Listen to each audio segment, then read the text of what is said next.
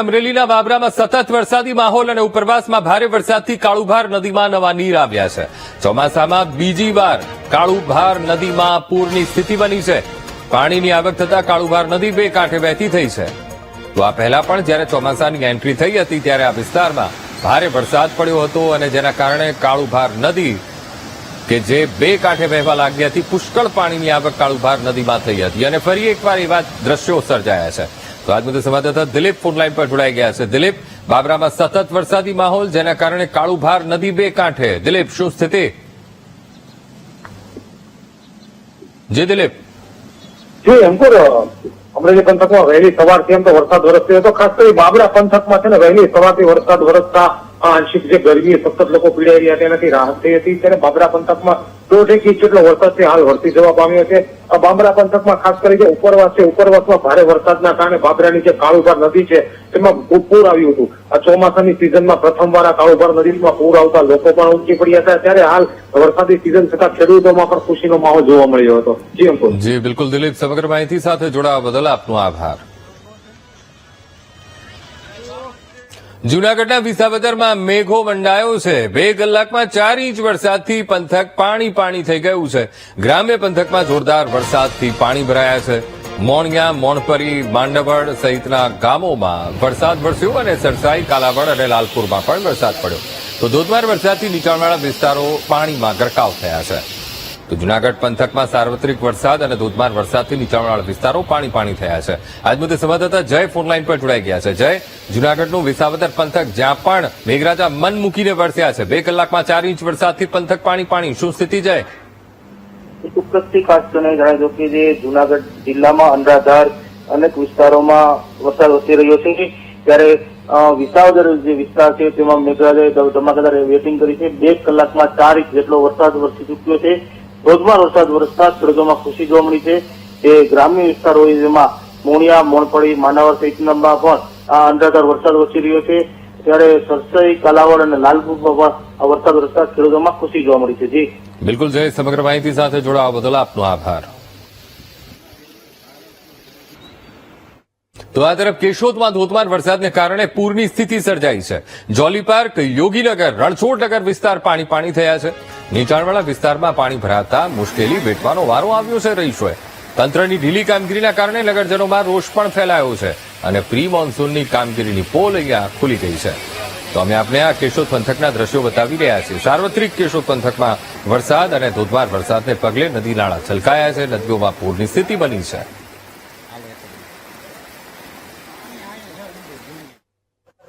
Yoginagar society છે આ, અહીંયા 20 વર્ષ ત્યાં રહીએ છીએ. આજે સવારનો અનરાધાર વરસાદ વરસી રહ્યો છે અને પૂર જેવી સ્થિતિનું નિર્માણ થયું છે. આ હોકડા બધા સાંકડા છે. અવારનવાર માંગ કરી છે. આની પહેલાંય કીધું હતું કે ભાઈ આની કંઈક વ્યવસ્થા કરો, કોઈ કાંઈ તંત્ર ધ્યાન દેતું નથી. અને આ સોસાયટીની હાલાકી ખૂબ જ ચોમાસા દરમિયાન કફોડી રહે છે. ચાલુ છે. આમ 3 સ્કૂલો આવી છે. અલ્ટ્રા, પછી તમામ સ્કૂલોના બાળકો ફસાઈ ગયા છે. આમાં આવી શકાય એવી પરિસ્થિતિ નથી. જૂનાગઢના કેશોદમાં ધોધમાર વરસાદ માત્ર 1 કલાકમાં 2 ઇંચ જેટલો વરસાદ ખાબક્યો. ત્યારે પૂજા પાર્ક સોસાયટી સહિતના વિસ્તારોમાં પાણી ભરાઈ ગયા છે. કેશોદ શહેરના અનેક રોડ રસ્તા પાણીમાં ગરકાવ થયા છે અને શહેરમાંથી પસાર થતો ટિલોરી વોકળો એ 2 કાંઠે વહેતો થયો છે. પુષ્કળ પાણીની આવક થઈ છે.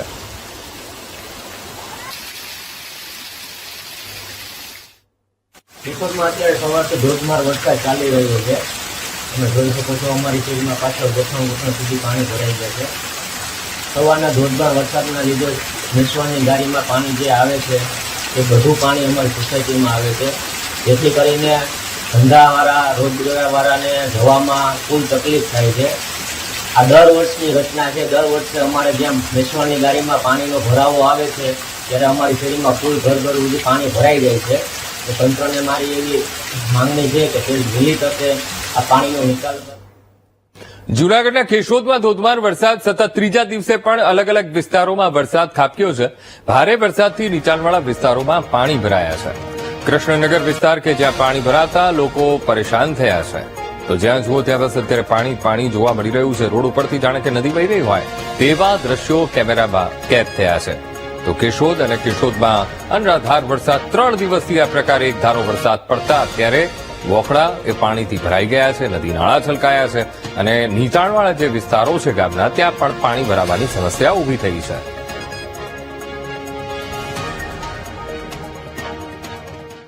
ઉપરવાસમાં ભારે વરસાદથી ઔરંગા નદીનું જળસ્તર વધ્યું છે. નવસારીના ખેરગામ નજીક નદી પરનો પુલ પાણીમાં ગરકાવ થયો છે. ગરગડિયો પુલ પાણીમાં ગરકાવ થતા લોકોની સમસ્યા વધી ગઈ છે. પુલ પાણીમાં ગરકાવ થતા 25,000થી વધુ લોકોને તેની અસર પડી છે. પાણી ભરી વળતા ખેરગામથી વલસાડને જોડતો રસ્તો બંધ થઈ ગયો છે. ઔરંગા નદીનું સતત જળસ્તર વધી રહ્યું છે અને જેના કારણે ખેરગામ પર આવેલો જે બેઠો પુલ છે એ બેઠો પુલ પાણીમાં ગરકાવ થઈ ગયો છે, જેના કારણે ખેરગામથી વલસાડને જોડતો રસ્તો બંધ થયો છે.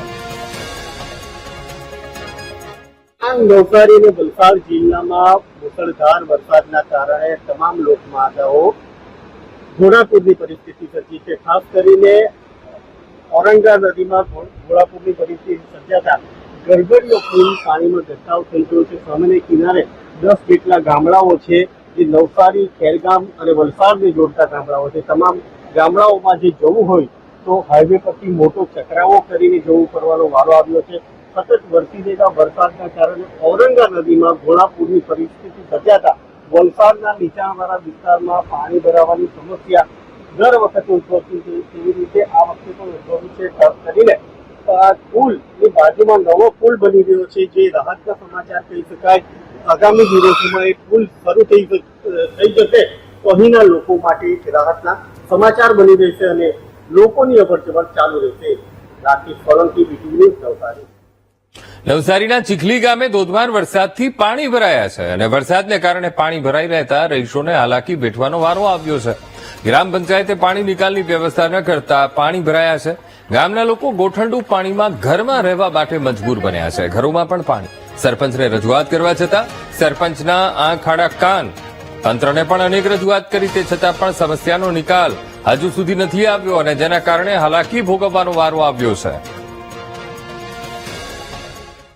ચીખલી તાલુકાનું આમદરા ગામના 2 ઘરો એવા છે કે છેલ્લા 3 દિવસથી એ ઘરોમાં મુસળધાર વરસાદને લઈને પાણી છે, પરંતુ તંત્ર એમની વહારે નથી આવ્યું, જેના કારણે છેલ્લા 3 દિવસથી આ ઘરોમાં પાણી ભરાઈ ગયા છે. ઘરવખરી તમામ પલળી ગઈ છે, જેના કારણે એ લોકોને મોટી નુકસાની વેઠવાનો વારો આવ્યો છે. મોટી નુકસાની એટલે કહી શકાય કે આ ગરીબ લોકો છે. ગરીબ લોકોના આ ઘરોમાં પાણી ભરાઈ જતા મુશ્કેલીનો સામનો કરવા મજબૂર બન્યા છે. સાથે સાથે આપણી સાથે કેટલાક લોકો પણ આટલે છે તે જાણીશું.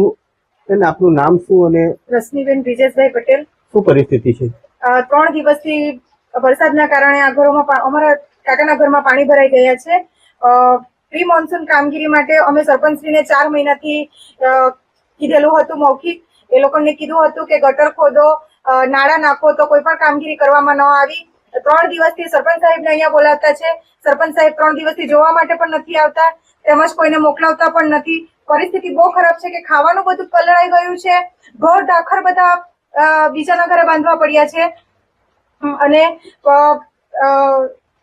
ગામના લોકો આવે છે અને એમની મદદથી સામાન થોડો ઘણો બહાર કાઢ્યો છે. નાના નાના છોકરા છે ઘરમાં, છોકરાઓને સુવડાવવાની, ખાવા પીવાની બધી જ તકલીફ પડી ગઈ છે. ખાસ કરીને આ પરિવારે સરપંચને માહિતી આપી હતી, પરંતુ સરપંચ હજી આ ઘરોમાં ફરક્યા નથી, જેનો રોષ આ લોકોમાં જોવા મળી રહ્યો છે. Rakesh Solanki, BTV news, Navsari. નવસારીમાં સતત વરસાદને કારણે જનજીવન પ્રભાવિત થયું છે. ભારે વરસાદને કારણે અંબિકા તેમજ કાવેરી નદી ગાંડીતુર બની છે. નીચાણવાળા વિસ્તારમાં પાણી ભરાયા છે. બિલીમોરા ગણદેવીને જોડતા માર્ગ પર રેલવે અંડરપાસ પાણી થયું છે. નદીઓના પાણી રસ્તા પર ફરી વળતા વાહન વ્યવહારને અસર પડી છે.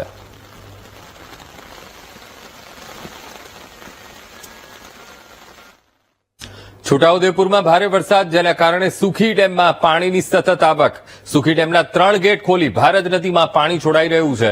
નદીમાં પાણી છોડાતા આસપાસના 20 ગામોને એલર્ટ કરાયા છે. સુખી ડેમની મહત્તમ સપાટી 147.82 મીટર છે અને ડેમની હાલની જળ સપાટી 146.06 મીટરે પહોંચી ગઈ છે. સુખી ડેમની ભયજનક સપાટી 148.30 મીટર છે.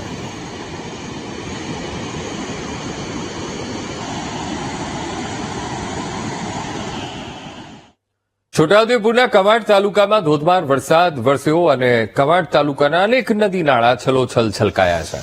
મોટી કડાઈમાં કોતરો અને નદીઓમાં નવા નીરની આવક થઈ છે. સારા વરસાદથી ખેડૂતોમાં ખુશીનો માહોલ જોવા મળ્યો. છોટાઉદેપુરના કવાંટ તાલુકામાં સાર્વત્રિક વરસાદ અને સાર્વત્રિક વરસાદને કારણે સ્થાનિક નદી નાળા છલકાયા છે. ડેમ ઓવરફ્લો થયા છે. ધોધમાર વરસાદને કારણે નદી નાળા છલોછલ થયા છે, જેના કારણે કાંઠાના ગામોને પણ એલર્ટ કરી દેવામાં આવ્યા છે. પણ સારો વરસાદ જિલ્લામાં વરસી રહ્યો છે, જેના કારણે ખેડૂતોમાં ખુશીનો માહોલ છે. કવાંટ તાલુકાના અનેક નદી નાળા છલોછલ છલકાયા છે. મોટી કડાઈ અને જ્યાં કોતરો અને નદીઓમાં નવા નીરની આવક થઈ છે. સુખી ડેમ ઓવરફ્લો થયો છે. સુખી ડેમમાં સતત પાણીની આવક થઈ રહી છે. તો મોટી કડાઈની કોતરો કે જ્યાં પણ નદીમાં નવા નીર આવ્યા છે. આજ મુદ્દે સંવાદદાતા રાજેશ ફોનલાઈન પર. રાજેશ, છોટાઉદેપુરના કવાંટ તાલુકામાં પણ સાર્વત્રિક વરસાદ, શું સ્થિતિ? જી, છોટાઉદેપુર જિલ્લામાં ગઈ રાત્રે ધોધમાર વરસાદ વરસ્યો હતો, જેને લઈને જે સુખી ડેમ છે, સુખી ડેમની અંદર 3.5 ઇંચ જેટલો એના કમાડ વિસ્તારમાં વરસાદ વરસતા જે 3 ગેટને ખોલીને હાલ જે 5500 ક્યુસેક જેટલું પાણી ભારત નદીમાં છોડવામાં આવી રહ્યું છે. એ ઉપરાંત કવાંટ તાલુકામાં પણ ધોધમાર વરસાદ વરસતા નાના અને નદીઓ ઉફાન પર હતી. જોકે આજે છોટાઉદેપુર જિલ્લામાં વરસાદે વિરામ લઈને ઉઘાડ નીકળ્યો છે, જેથી જનજીવન જે અસ્તવ્યસ્ત કરેલું એ રાબેતા મુજબ ફાળે પડ્યું છે. જી બિલકુલ રાજેશ, સમગ્ર માહિતી સાથે જોડાવા બદલ આપનો આભાર. ગીર સોમનાથમાં સવારથી જ મેઘાની જોરદાર બેટિંગ અને ભારે વરસાદથી શિંગોડા નદીમાં ઘોડાપૂર આવ્યું છે. શહેરના કંકેશ્વરી મંદિરના પરિસરમાં પાણી ઘૂસી આવ્યા છે. મંદિર બાજુમાં આવેલી ભુદરજી બાપાની ડેરી પણ પાણીમાં ગરકાવ થઈ છે. તો શિંગોડા નદી બે કાંઠે વહી રહી છે. પુષ્કળ પાણીની આવક શિંગોડા નદીમાં અને શિંગોડા નદીમાં ઘોડાપૂરની સ્થિતિ બની છે. ભારે વરસાદને કારણે ઉપરવાસમાં પણ પુષ્કળ પાણીની આવક થઈ છે, જેના કારણે અત્યારે શિંગોડા નદી બે કાંઠે વહેતી થઈ છે. તો આજ મુદ્દે સંવાદદાતા રોહિત ફોનલાઈન પર. રોહિત, ગીર સોમનાથ જિલ્લામાં સવારથી જ મેઘાની જોરદાર બેટિંગ છે, જેના કારણે શિંગોડા નદીમાં ઘોડાપૂર આવ્યું છે અને કંકેશ્વરી મંદિરનું પરિસર કે જ્યાં પાણી ઘૂસી આવ્યા છે. શું સ્થિતિ રોહિત? જી રોહિત.